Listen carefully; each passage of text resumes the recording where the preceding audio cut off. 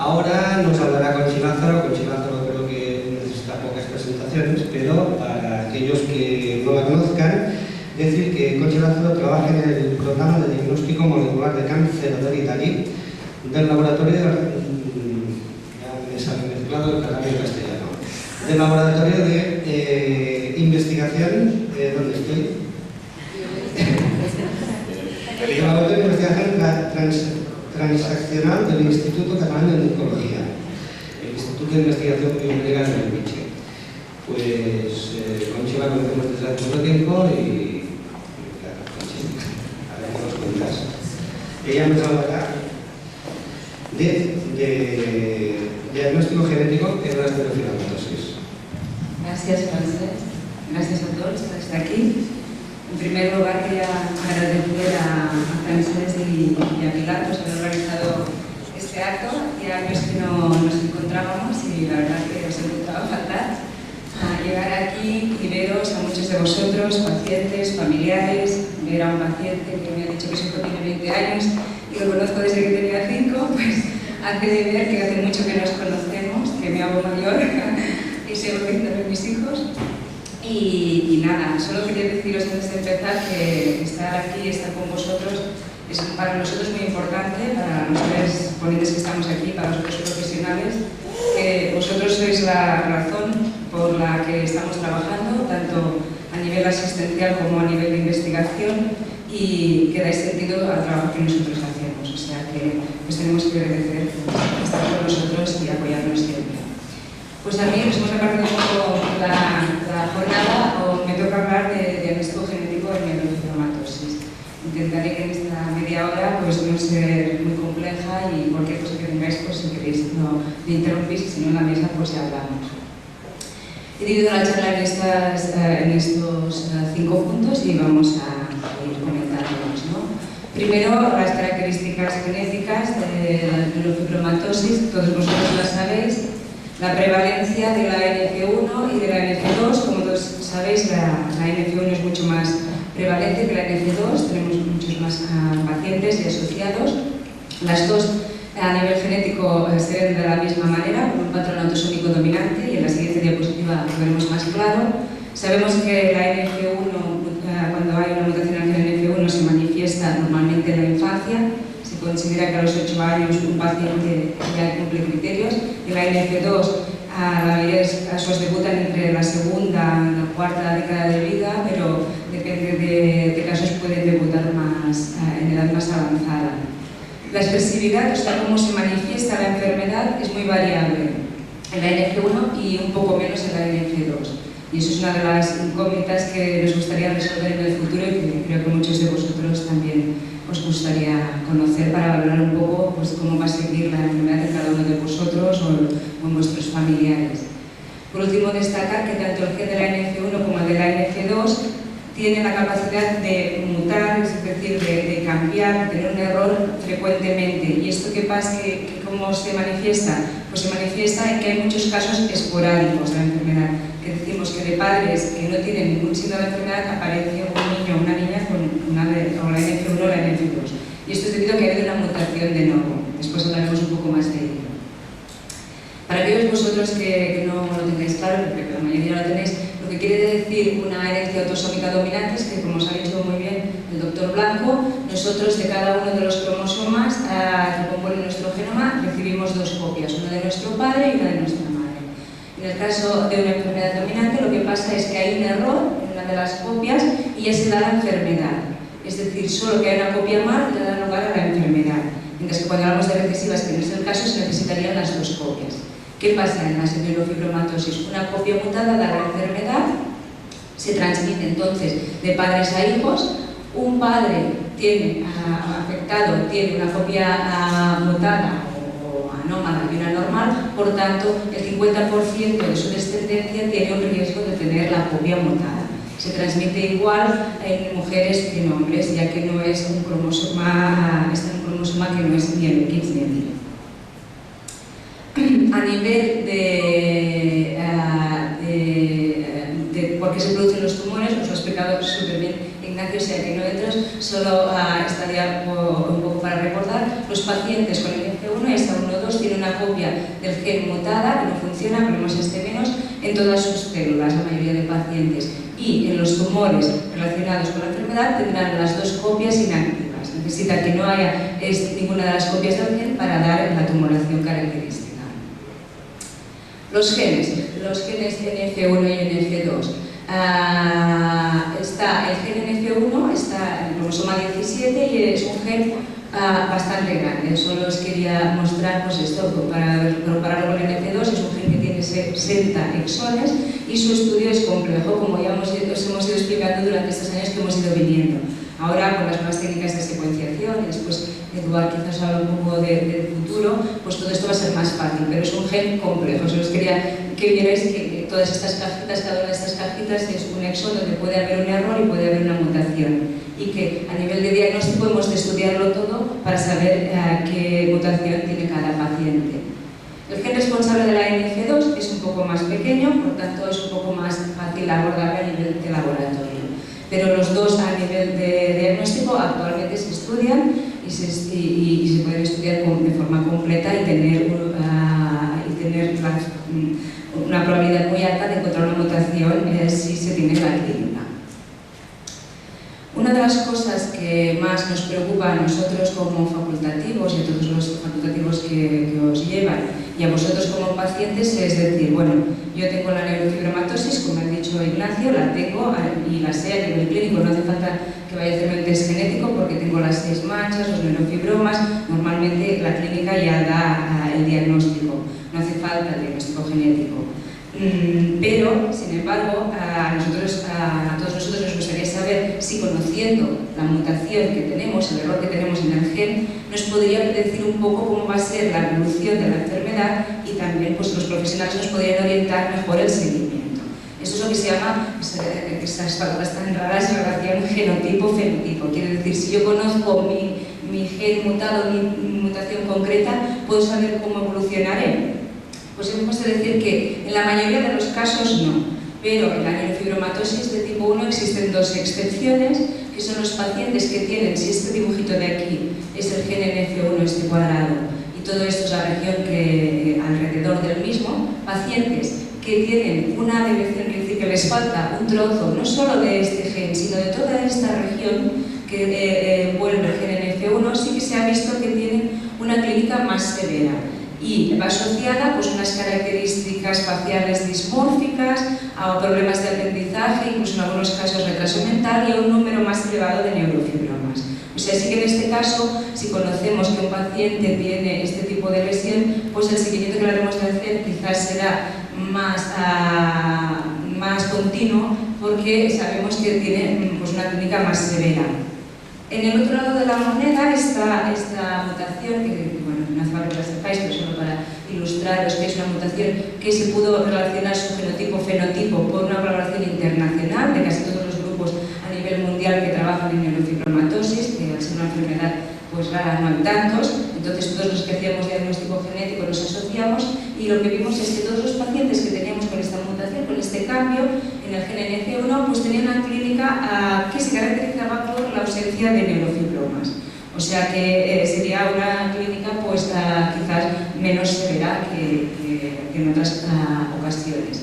Hasta ahora son los dos únicos casos genotipo-fenotipo que se han descrito. Nos gustaría conocer mucho más y por eso uno de los proyectos que tenemos es pues, intentar saber la población española qué mutaciones tiene y si les podemos asociar a un fenotipo o a otro, ¿no? Y sacar más conclusiones que nos puedan ayudar al consejo genético y al asesoramiento de cada una de las familias de forma individualizada.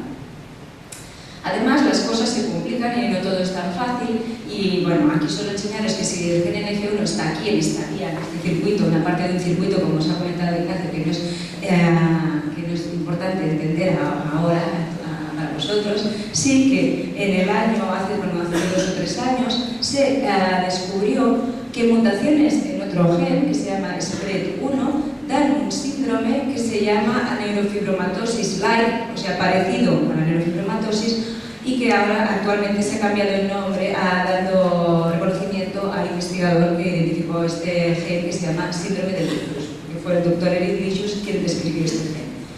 ¿Y qué se ha visto? Que este gen se ha visto que está mutado en familias que no se había encontrado la mutación NF, no siempre se encuentra en la mutación, y que tenían un patrón dominante, como el que hemos visto, que tenían las manchas café con leche, café con leche spots, que a veces tenían célides axilares o lineares, a veces no, pero que no tenían tumulaciones. O sea que ahora la complejidad del estudio de la NF1 a nivel diagnóstico genético se ha complicado con la aparición de este gen. Se ha complicado y a la vez se está resolviendo un grupo de familias pequeño que antes no se podía comprender porque no se encontraban las mutaciones. Pues parece que las mutaciones en SPRET1 estarán quizás en un subgrupo de familias con una clínica un poco diferente a la neurofibromatosis típica. En cuanto a la NF2, el fenotipo parece un poco más uniforme, también como la prevalencia es mucho menor, es más difícil tener series grandes y poder estudiarla a fondo y tener conclusiones. Parece que las mutaciones que rompen el gen y que dan una proteína, que es el producto del gen, más pequeña o truncada, que se denomina, están asociadas a un fenotipo más severo, y que en cambio mutaciones que a lo mejor solo cambian algún aminoácido o una parte se selecciona, desaparece una parte del gen pero pequeña, quizás estén asociadas a una clínica más benigna. Pero todo esto ya os digo que está siendo revisado continuamente debido a que la prevalencia de esta enfermedad es muy baja. Además, como os ha comentado Ignacio, existen familias que tienen muchos schwannomas, tumores múltiples schwannomas, pero que no están localizados a nivel vestibular y que son las schwannomatosis. Estas familias presentan mutaciones en el gen SMARP1 o IN1. O sea que aparte, como hemos dicho, de la NF1, aparte del gen NF1, ahora en algunas familias hemos de estudiar el gen SPRET1, en la NF2, depende de las características clínicas, pues a veces será mutaciones en NF2 o a veces en este gen SMARP1 o IN1. El diagnóstico genético. Como os ha comentado Ignacio, ¿para qué lo necesitamos, ¿no? Un caso que os he comentado, para confirmar una confirmación diagnóstica. Un niño pequeño, con solo manchas café con leche, que a nivel pediátrico se duda si puede tener una NF1 o no, porque ahora más apareciendo el gen SPRET1 que os hemos comentado, que parece que va asociado más a manchas sin otras complicaciones, pues bueno, quizás un diagnóstico diferencial a edad precoz nos puede ayudar pues, a llevar a este niño de una manera o de otra. Entonces puede ser para hacer una confirmación diagnóstica. En la mayoría de los casos, como ha dicho Ignacio, no hace falta porque la clínica ya nos da el diagnóstico, pero sí que en edad temprana nos puede ayudar. El diagnóstico presintomático o diagnóstico de portadores, ¿no? A veces tenemos una familia que hemos encontrado una mutación y podemos hacer el estudio a todos sus familiares y saber quién lleva esa mutación y quién no la lleva. Y después, como hemos comentado, que es una enfermedad autosómica dominante, o sea que una persona afecta tiene 50% de probabilidades de tener hijos afectos, pues muchas veces nos hemos planteado, y de hecho en nuestro laboratorio ya hemos realizado varios diagnósticos prenatales, y también se está hablando desde hace unos años del diagnóstico preimplantacional. Además podemos hablar, cuando estamos hablando a nivel genético, de un diagnóstico directo, si conocemos un gen y lo podemos estudiar y encontrar la mutación, o bien de un diagnóstico indirecto. Cada vez se utiliza menos porque las técnicas son mejores, pero a veces necesitamos que un compañero del gen que está al lado nos presente o nos ayude a identificar cuál es el gen anómalo. Y lo vais a ver en una parte de diapositivas. El mejor diagnóstico genético es el directo, es entender qué base o que los genes se forman por letras, por cuatro letras son las que dan el código genético. Cualquier cambio de una sola letra puede dar enfermedad.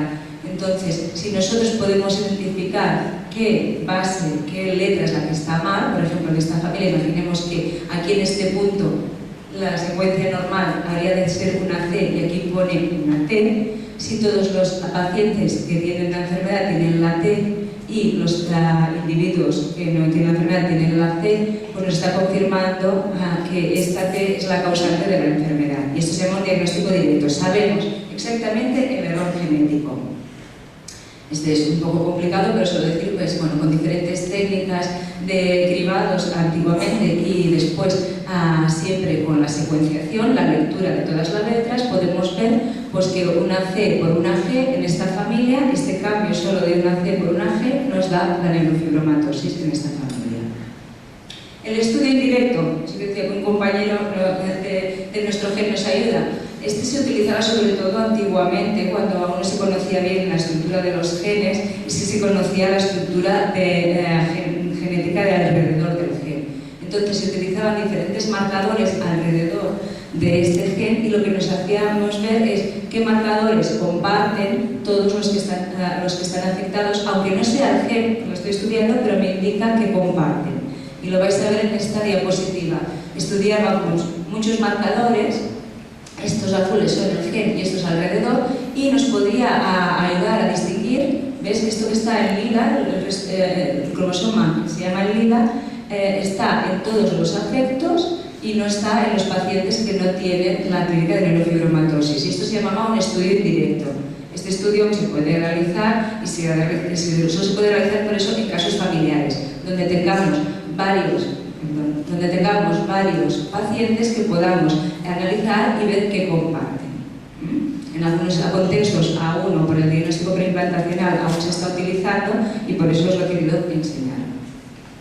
Actualmente el diagnóstico genético de las neurofibromatosis se realiza en el MPPC, en el laboratorio de Eduard Sierra, y bueno, en los casos familiares o casos esporádicos, pero que tengan los criterios diagnósticos claros, que no se sospeche de un concepto que ahora os hablaré que se llama mosaicismo, pues se hace a partir de sangre y se puede estudiar a nivel de RNA, que es un producto que da, o sea, el gen NF1, antes de dar la proteína NF1 pasa por una molécula que se llama RNA y que es más fácil técnicamente de estudiar, pues se puede hacer a partir de RNA o de DNA.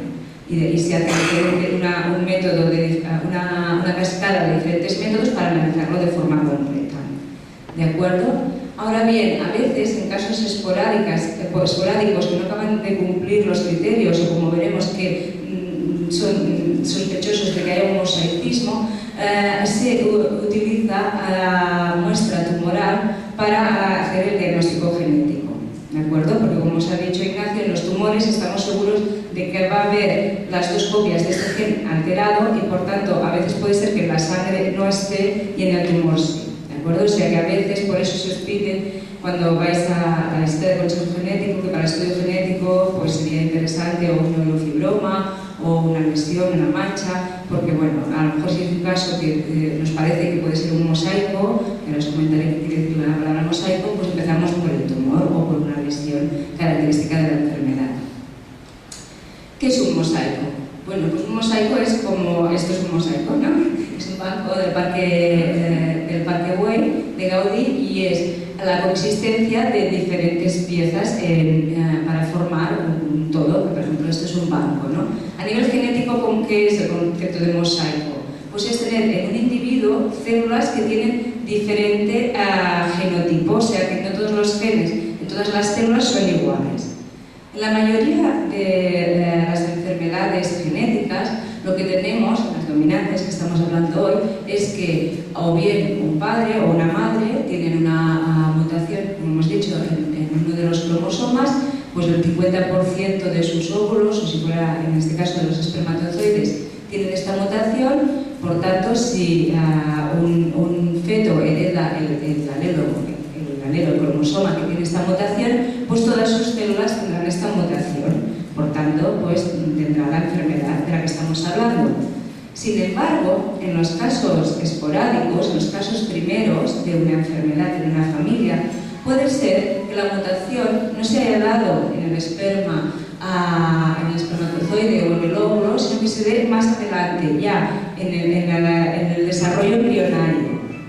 Depende de qué momento se dé la... Entonces esto se llama un mosaico, este paciente. ¿Por qué? Porque tendrá células con los dos cromosomas blanquitos y tendrá células que tendrán esta mutación. Por tanto, no todas las células de este paciente tendrán este cambio. Entonces, dependiendo de qué momento del desarrollo embrionario se ve esta mutación, pues la afectación será más elevada o menos, ¿no? Es de lógica, ¿no? Si la mutación se da cuando ya se tienen muchas células y afecta a un porcentaje muy bajo de las células, pues probablemente el paciente tendrá muy poca clínica de esta enfermedad en cuestión. Si se da en las primeras divisiones embrionarias, pues quizás tendrá mayor repercusión clínica. Y os quería presentar dos posibilidades. La neurofibromatosis segmental, que se ha descrito en la literatura por varios grupos, que consiste en que se tienen las características de la neurofibromatosis, pero solo en una parte muy concreta del cuerpo. Lo que se ha visto en estos casos, en los que se han descrito en la literatura hasta ahora, es que el paciente tiene la mutación en el gen F1, pero solo en la piel anómala, solo en la mancha café con leche o en las cefélidas, o si tuviera aquí algún neurofibroma. Pero en el resto del cuerpo y en la sangre no la suele tener.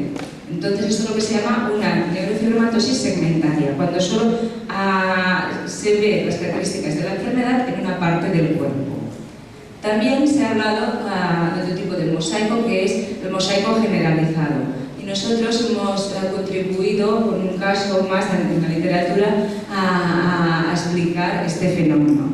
Este caso es de una familia, de una paciente, que es un caso esporádico de la enfermedad, que presentaba una clínica muy leve, pero como os ha dicho Ignacio, sí que tenía los criterios, o sea que clínicamente era, antes de identificar la mutación, ya sabíamos que era una NF1. ¿Por qué? Porque tenía más manchas café con leche, más neurofibromas y tenía FL.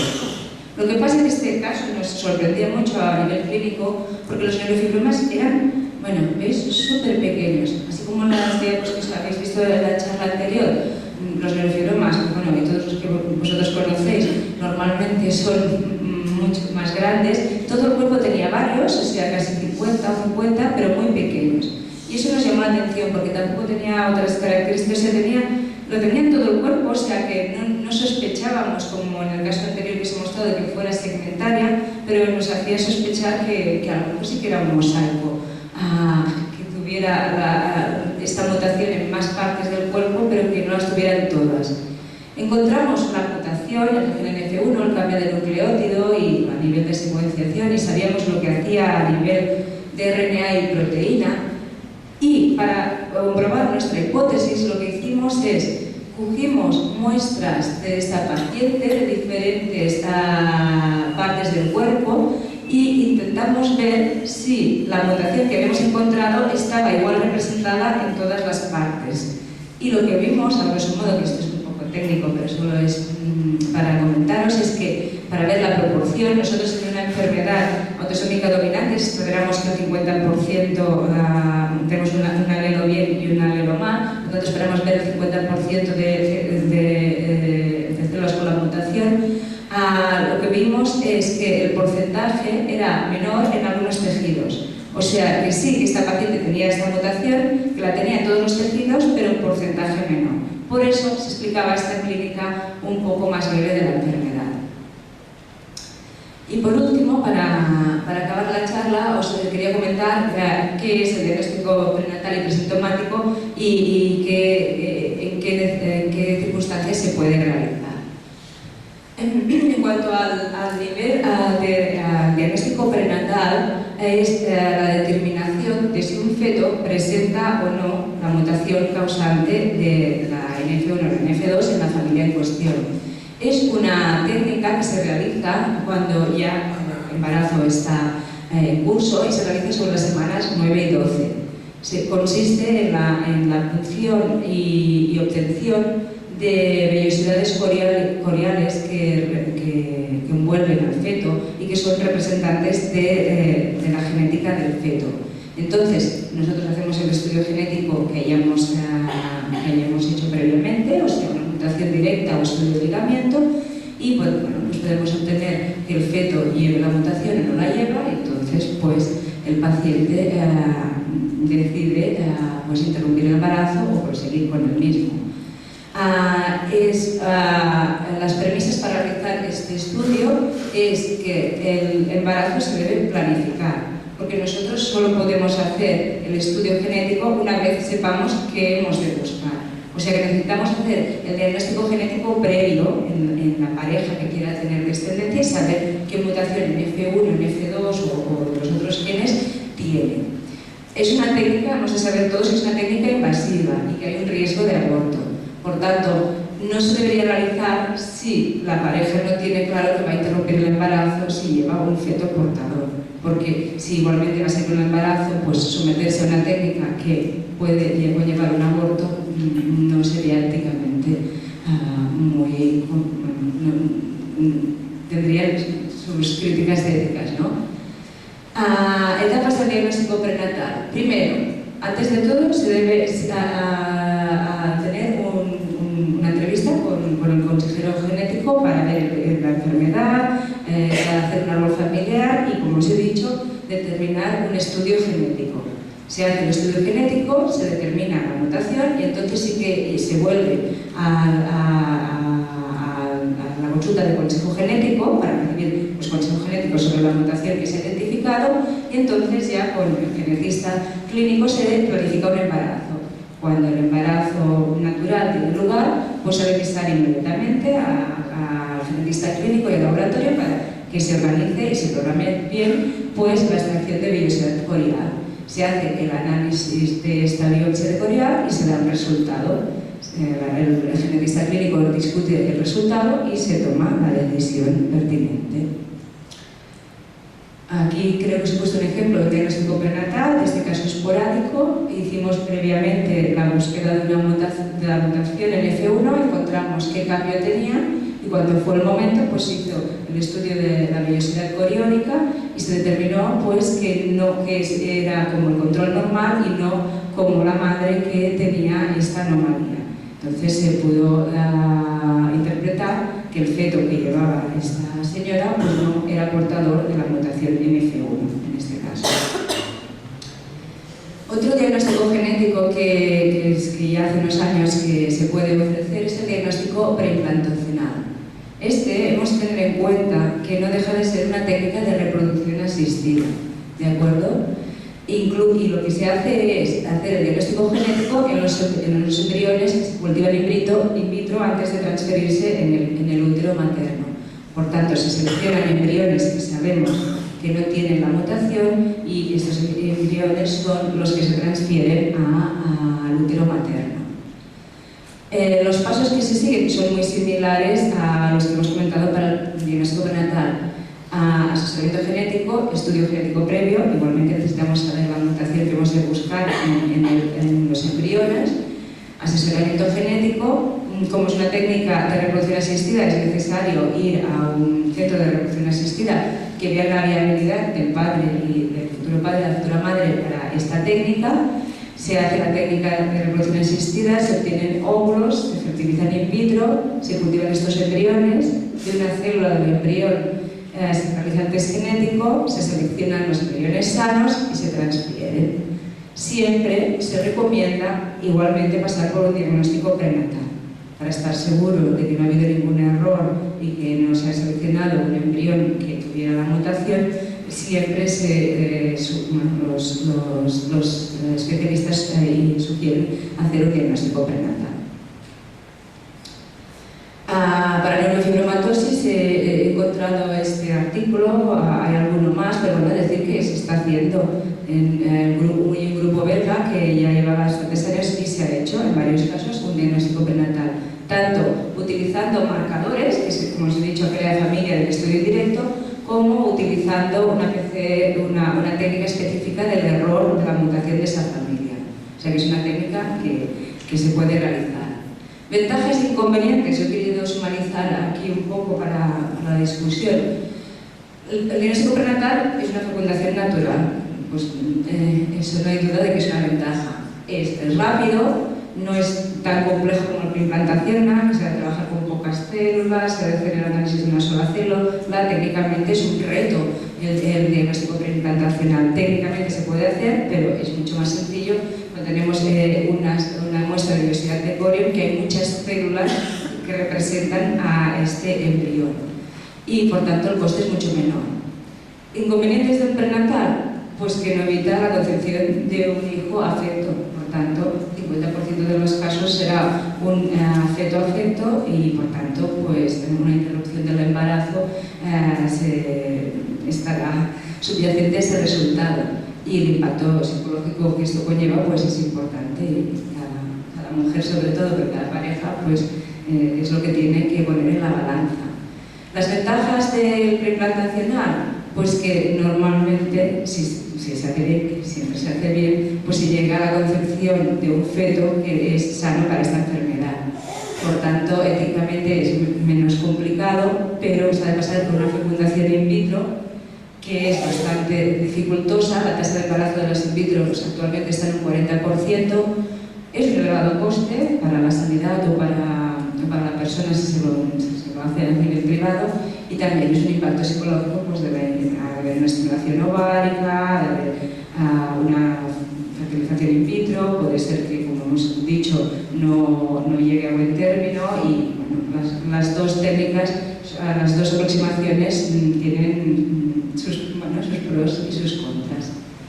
Y bueno, yo creo que aquí acabo, solo quería presentaros otra foto más o menos complementaria a la que ha enseñado Ignacio.